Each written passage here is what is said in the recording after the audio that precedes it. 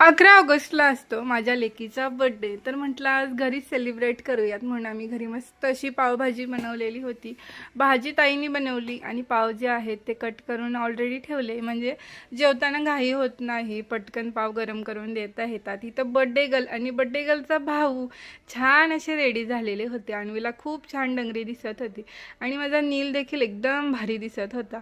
म्हटलं चला सगळ्यात आधी आरतीचं ताट करूयात आणि औक्षण करून घेऊयात म्हणून मी, ताई, आई आणि कृष्णा आम्ही चौघींनी मिळून आरती वगैरे करून घेतली.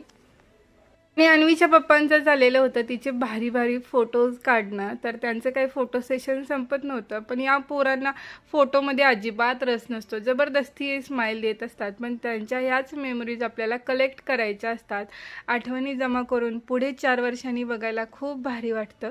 म्हणून आम्ही फोटोज क्लिक करत असतो जास्त मुलांचे.